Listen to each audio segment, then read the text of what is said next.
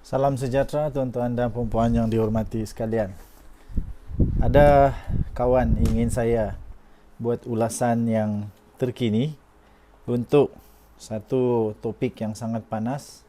Pastinya, siapa calon terbaik menggantikan Tan Sri Azam Baki jika beliau meletak jawatan sebagai Ketua Pesuruhjaya Suruhanjaya Pencegahan Rasuah Malaysia SPRM. Tuan-tuan dan puan-puan yang dihormati sekalian, ini adalah satu ulasan, satu analisis yang cukup mendalam dan anda mesti bersama-sama dalam ulasan ini sehingga selesai.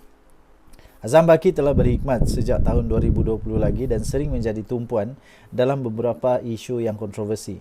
Sekiranya beliau berundur, pengganti yang dipilih bukan sahaja perlu bersih, tetapi juga mempunyai satu integriti yang cukup tinggi, cukup berpengalaman dalam siasatan jenayah yang berat, dan mempunyai keupayaan untuk mengembalikan keyakinan awam terhadap SPRM. Tapi sebelum itu, sebelum saya teruskan tuan-tuan dan puan-puan, saya ingin berkongsi satu perkara yang amat penting bagi tuan-tuan dan puan-puan, iaitu satu produk transfer factor daripada For Life Research Malaysia Sdn Bhd.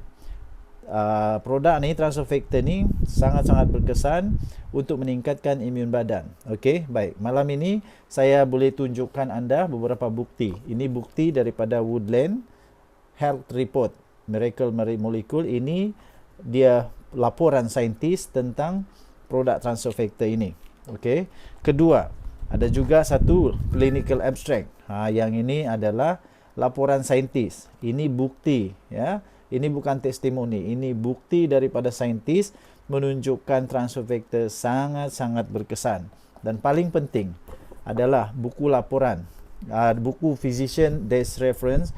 Ini buku-buku untuk rujukan para doktor, rujukan para doktor untuk memberikan yang terbaik kepada pesakit-pesakit. Okey, semua menunjukkan bahawa transfer factor memang sangat berkesan, boleh meningkatkan imun badan sehingga 437% kekuatan imun badan. Okey, bagi anda yang ada masalah gout, kencing manis, darah tinggi, 3 serangkai, apalagi kanser, apalagi gout kah, diabetes, kolesterol, autoimun, SLE, lupus, macam-macam lagi, thyroid, buah pinggang, apa saja masalah yang melibatkan imun badan, anda boleh untuk berusaha dengan transfer factor. Okey, kita teruskan. Tuan-tuan dan puan-puan, kriteria calon yang ideal, pastinya yang pertama mestilah yang cukup berintegriti dan mempunyai kredibiliti yang tinggi tanpa sejarah sebarang kontroversi.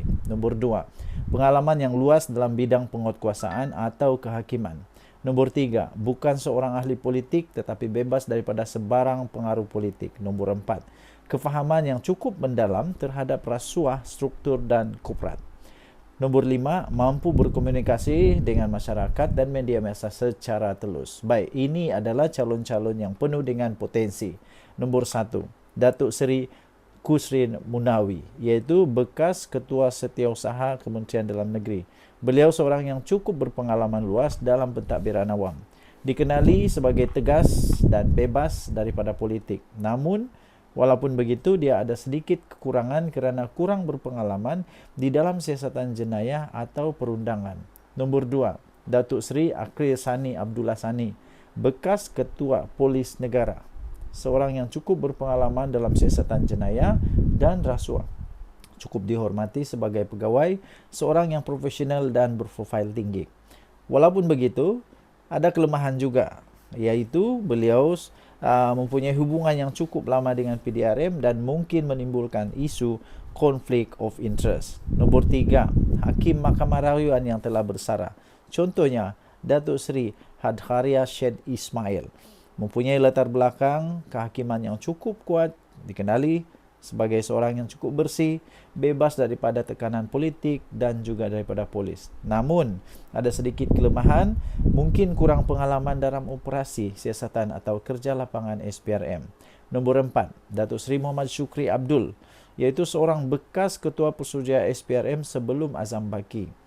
Beliau mempunyai track record yang cukup bersih, dikenali berani melawan campur tangan politik, dihormati oleh masyarakat sivil, sudah bersara. Ini kelemahan dia sedikit, sudah bersara, mungkin keberatan untuk kembali. Nombor 5, pegawai kanan SPRM yang sedia ada yang cukup bersih. Contohnya, timbalan Ketua Pesuruhjaya SPRM iaitu dalam operasi.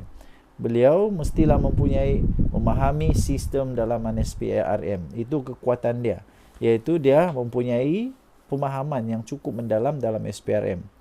Seorang pelapis yang telah lama dalam institusi, itu kelebihan dia. Walaupun begitu, ada isu yang sama, iaitu isu sama ada mereka benar-benar bebas daripada pengaruh Azam Baki. Tuan-tuan dan puan-puan, jadi kita mencadangkan secara strategik pilihan yang terbaik. Pastinya Datuk Seri Muhammad Syukri Abdul, jika beliau bersedia untuk kembali, atau seorang hakim yang bersara yang cukup berintegriti tinggi seperti Hadharia Syed Ismail, bagi menunjukkan keberanian politik untuk reformasikan SPRM dari luar.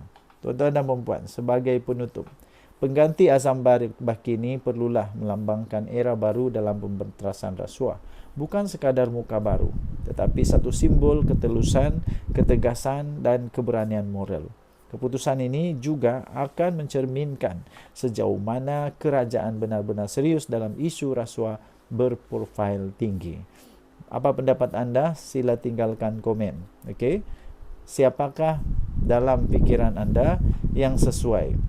Walaupun begitu, bagi saya, tuan-tuan dan puan-puan, setelah kita membuat satu analisis sebentar tadi, tidak semestinya mereka semua itu yang bakal menjadi pengganti bagi Azam Baki. Mungkin lahir seorang yang cukup fresh, yang langsung tidak kita sangka, yang menjadi ketua SPRM. Yang paling penting bagi saya sangat-sangat berharap semoga Ketua Pesuruhjaya SPRM selepas ini setidak-tidaknya sama KPI, sama standard, sama cara kerja, sama tegas dengan Azam Baki. Saya percaya Datuk Seri Anwar Ibrahim, Perdana Menteri Malaysia, akan mencadangkan seorang nama yang cukup sesuai kepada Seri Paduka Baginda yang di-Pertuan Agong untuk Baginda dapat memberikan perkenan untuk melantik Ketua Pesuruhjaya SPRM yang baru.